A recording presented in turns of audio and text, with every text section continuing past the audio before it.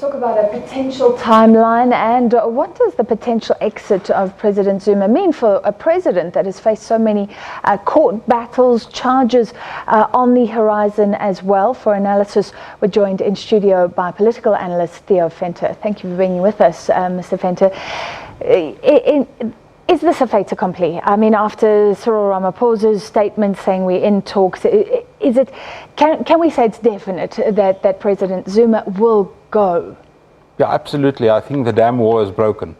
They're now busy negotiating the terms, or whatever they call it, that they're currently negotiating. But I think if you look at the markets, if you look at what the rand is doing, people already decided it has happened. We're now waiting for the announcement. And if you listen to the government spokespeople, and if you listen to Ace Magashule talking, everybody's fooling around with all kinds of excuses of when the date is and when it's not going to be. In my view, the SONA was moved out because they just decided Zuma cannot present the SONA. It's incomprehensible for him to do that. And I think everything points to the SONA sometime next week. And I think the SONA will be presented by the new president. And that's next week, Thursday. So we've basically got a week. I think so. All the delays, because since December, there's been a state of limbo, so much speculation. Does that suggest that maybe this is just much more complicated than anybody thought, or President Jacob Zuma's bargaining chips are better than anyone thought? Yeah, I think if you compare the two, recalls, whether you call it recall or whatever, Mbeki was far more statesman-like, saying, okay, you don't want me, I'll go. Yeah. Zuma is completely different. He's a power player, and he played several moves to hold on to, with this famous statement of his buying time for whatever he needs to do in the time that goes on. And of course negotiations about all kinds of D-time manners. I heard that part of the negotiations is, in terms of the law and the rules, he may get a pension for 2 of his wives, but he's got 4 or 5. And they're negotiating that. They're negotiating who's going to pay for the legal costs, because the ANC can't do anything other than what the Constitution says. And the Constitution says you will get a fair trial. This thing about innocent until proven guilty, that's just talk sometimes we hear, but the Constitution gives you a fair trial. That's the promise the Constitution provides. And I think that's what he will get. And the Constitution says nobody's above the law, but could they talk about a presidential pardon at the end of the process? Could they make that now?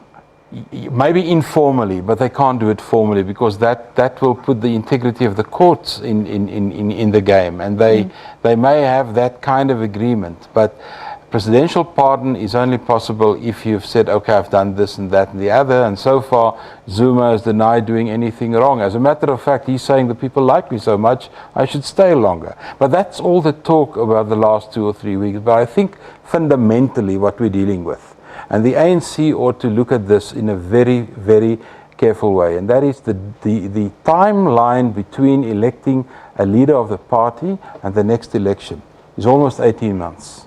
Where you have 2 centers of power, which we had in the past 2 or 3 times.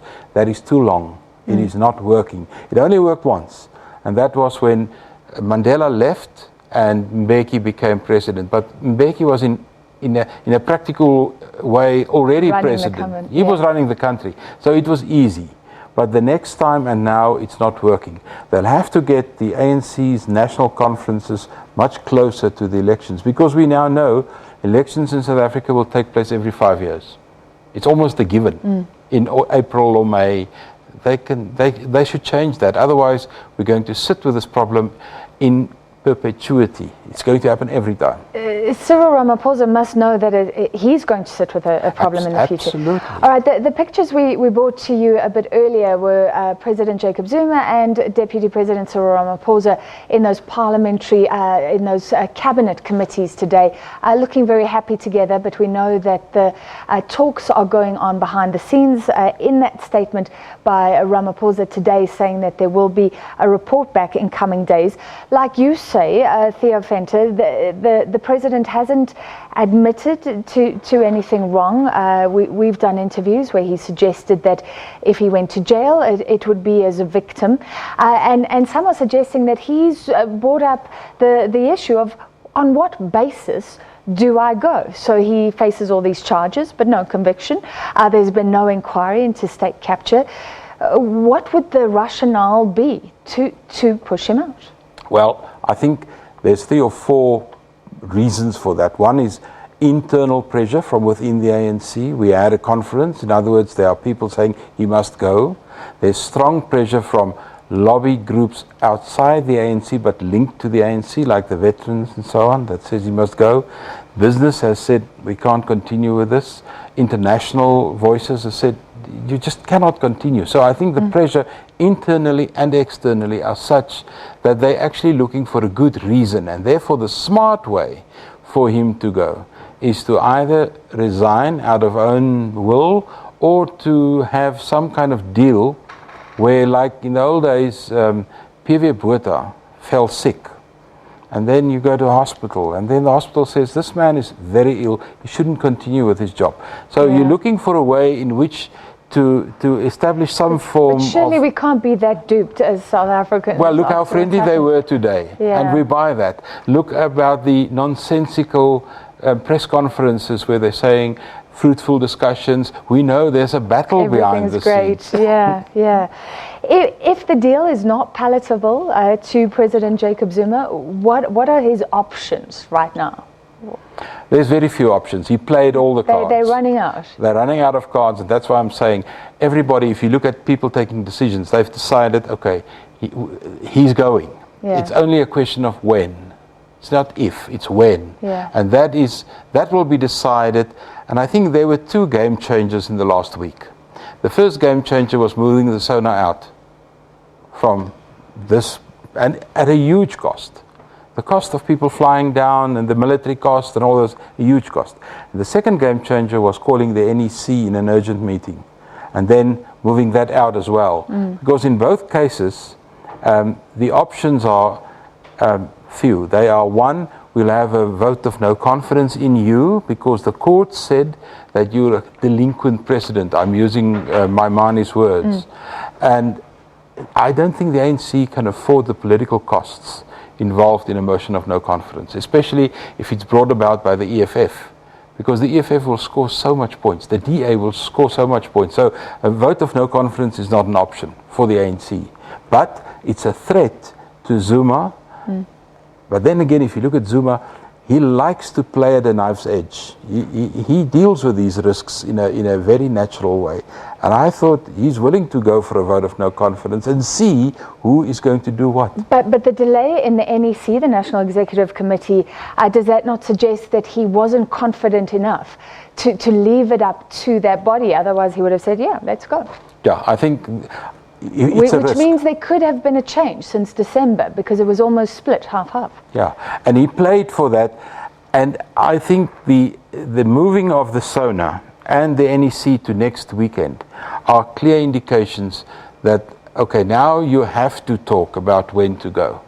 And you have to talk about the so-called modalities of your exit and see if we can do a change that the markets can deal with and that most people, currently, things are going with, because who's in control of the country? Is it Zuma officially as president, but actually Cyril unofficially or unofficially as president?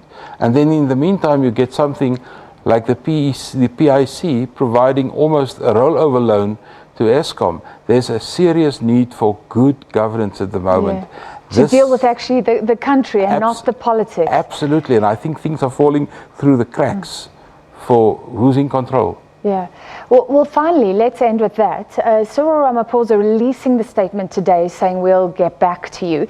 Does that suggest something? Because there was talk of maybe an interim president, maybe top ANC officials wanting to go that way, not necessarily Nkosazana Dlamini Zuma, but somebody neutral then. But him issuing the statement, does that mean we will see him take over the reins immediately? That's no my matter view. What? Yeah. That's my view. He will take over. And he had to release this press conference just to give us something. But by providing us such a generic kind of answer, There are more questions now than answers, but I think he will take over. Constitution allows for that. It says very simple that if you complete somebody else's term, it will not be regarded as a first term. So he can still have his 2 terms following May of next year. All right, thank you so much for your analysis, analyst Theo Venter, and we wait and see anxiously, Peter.